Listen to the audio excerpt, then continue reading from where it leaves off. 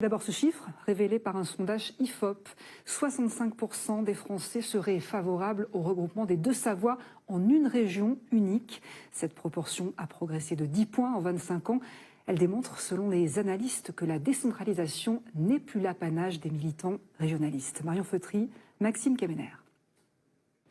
Qu'il soit savoyard ou haut-savoyard, c'est une question qui divise. Faut-il regrouper les deux départements au sein d'une région Savoie unique? Non, je vois pas pourquoi on regrouperait. Non, pas une bonne idée, je pense pas. Savoie indépendant, ce serait génial, ouais. Vu le contexte actuel, avec les moyens qu'on a en Savoie, Haute-Savoie et les richesses qu'on a, ce serait top, ouais. Et puis on dit au revoir à la France. Moi je suis plus mitigée. Bon, je me dis par contre une région Savoie-Haute-Savoie, pourquoi pas? Ça pourrait être agréable, on aurait nos propres moyens, oui, pourquoi pas.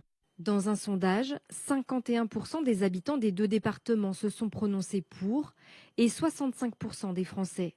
Une satisfaction pour le mouvement Région Savoie qui porte ce combat depuis 1972. Je crois qu'il y a aussi un phénomène général qui est partagé ailleurs en France. C'est qu'il y a un ras-le-bol de ce centralisme.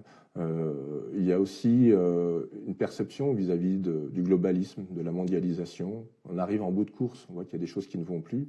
Et on va se réfugier aujourd'hui vers son identité, vers ce qu'on est vraiment. Le sénateur Loïc Hervé souhaite ouvrir le débat politique. Lui est favorable à une région Savoie en s'inspirant de l'exemple de la Corse ou de l'Alsace. Moi, ce que je souhaiterais, c'est une collectivité à statut spécifique qui fusionne les deux départements de Savoie et de Haute-Savoie et que les élus de cette collectivité aient aussi les compétences de la région. Donc c'est une simplification administrative, hein. Ce n'est pas une strate de plus, c'est une assemblée qui ait plus de pouvoir. Mais au sein de la classe politique, le sujet ne fait pas l'unanimité.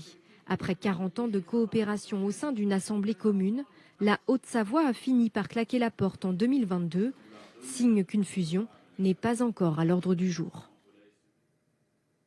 En Haute-Savoie,